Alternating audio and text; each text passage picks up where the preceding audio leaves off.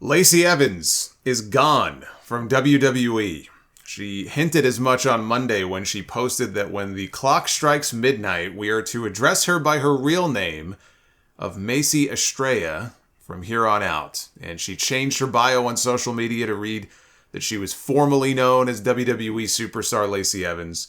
It's not known if this is something she asked for or if it was simply a case of her contract expiring and the company had no interest in renewing, but she is not under any sort of non-compete that would prevent her from wrestling somewhere else.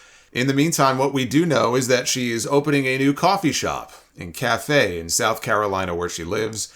She told the Island News in South Carolina that she plans to give back to the local community with the cafe, offering space for local AA meetings, and also intends to host seminars and classes targeted at women and military spouses on important skills necessary to get a job.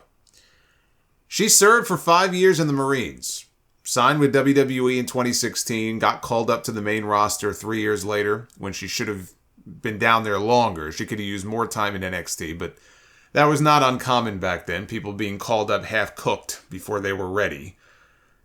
Within a few months, she was challenging Becky Lynch for the Raw Women's title, and she was not close to being ready for that spot.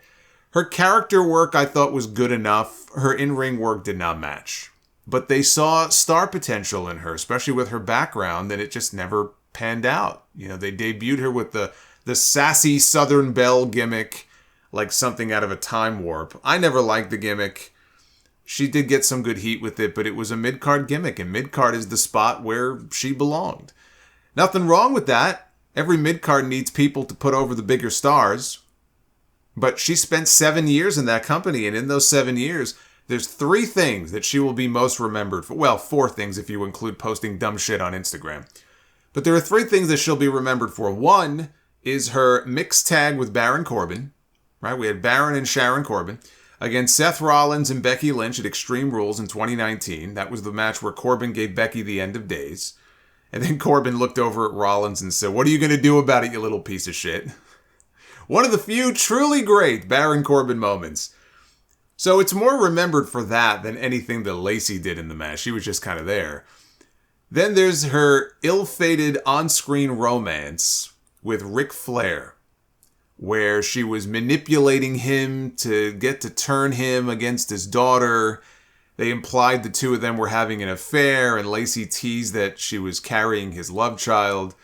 If they did a wedding angle, she would have ended up as Charlotte's mom. But the plan was for a Charlotte Flair-Lacey Evans match at WrestleMania 37, very likely with Ric Flair as the guest referee. But we were spared because Lacey really did get pregnant, just not by a 71-year-old man, and she went out on maternity leave. And as it turned out, that was the worst thing for her career. Because when she came back from maternity leave, she was never the same. She was never pushed the same. It was over. They tried, but it was over. She was never pushed at the same level ever again. The third and final thing that she'll be remembered for were the series of vignettes that they filmed. Babyface vignettes. Talking about her upbringing and her talking about her real-life struggles. It was all to build to her big comeback. This went on for weeks. Weeks and weeks and weeks to the point of absurdity before finally she made her first live appearance, only to end up being cast as a heel instead. This woman spilled her guts on national television about her and her mother fleeing from home to get away from her abusive, drug and alcohol addicted father, going state to state and living in women's shelters and refusing to give up and becoming a U.S. Marine and a mom. All of these things just for Vince McMahon to end up turning her heel. It's unbelievable. And then they suddenly swapped her from SmackDown to Raw after 6 weeks worth, at least 6 weeks worth of vignettes on the other show. And so they had to start all over again with her. The whole thing was a colossal waste of time. And it ended up being yet another attempt at pushing her, a failed attempt at pushing her. It just did not take with the audience. Although I cannot in good conscience put all of the blame there on Lacey. The booking of her return was just beyond awful. It's almost like they wanted her to fail, but they didn't. They really were trying to push her. They really thought that she was going to be a big deal, and she just never got over. She never got over anywhere near the level they had hoped when they first called her up.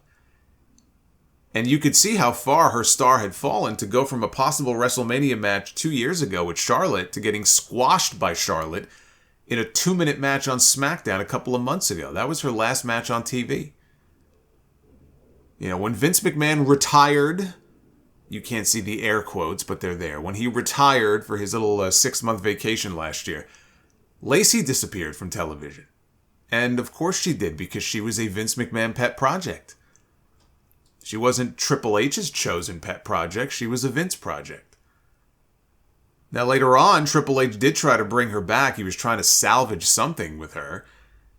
Another reboot. This time they filmed a new series of vignettes where she went back to boot camp. Back to basic training.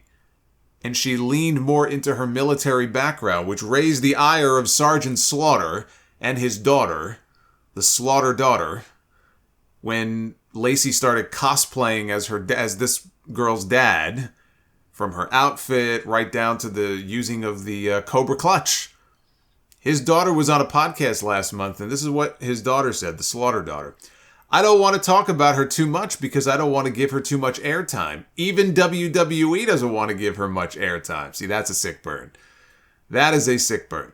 She said, it bothered me. It really did. I know my dad did not invent the military. I know there are a lot of people online who think I don't know that, but I do.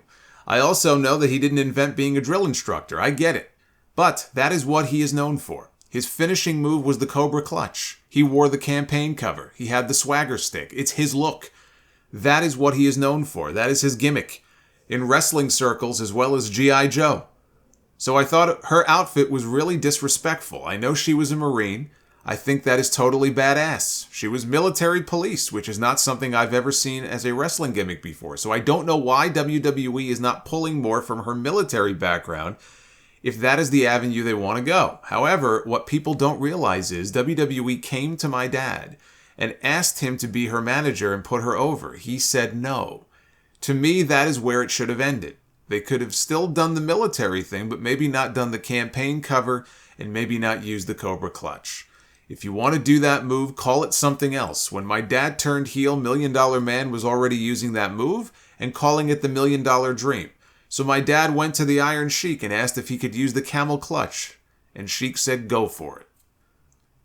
She says this, but on Twitter last December, somebody asked Slaughter, if WWE asked you to be Lacey Evans' new manager, what would you say? And he said he would gladly accept. And Lacey saw that tweet and actually said, where do I report in? So it sounds like she was on board with the idea, but I guess WWE Creative was not. He didn't get the gig, and now it just sounds like sour grapes. You know, then it became, oh, look, she's not dressed appropriately. I don't like it because she's selling sex. She should have a t-shirt on and fatigues and combat boots. That, and he was really upset that she didn't get his permission to use his move, as he did back in the day. Sergeant Stolen Valor takes this stuff very seriously. That's a whole story in itself. Slaughter going on Jim Norton's show. I think it was Jim Norton and Sam Roberts. It's a few years ago. This wasn't that long ago. It was maybe 3 or 4 years ago. Talking about his 2 combat tours in Vietnam while serving in the Marine Corps. By the way, there is no record of him ever having served in the Marine Corps, which even WWE had to later admit that wasn't true. He did not serve in the Marine Corps. But they said, oh, he was only in character during the interview. When he said this, he was in character, which is a load of shit. Because if you ever listen to that interview, he was openly talking about behind-the-scenes stuff, like non-character stuff, like a shoot interview. And talking about giving blanket parties to other soldiers in his unit for disobeying orders. But they tried to cover for it by claiming he was just playing his character. Who would have thought that in the end, Lacey Evans would end up being more of a real Sgt. Slaughter than Sgt. Slaughter himself? You know, when they eventually run out of names to induct into the Hall of Fame and Lacey Evans goes in, they should wheel Sgt. Slaughter out on stage to do the induction. Maybe he can regale us with more of his fables from the battlefield.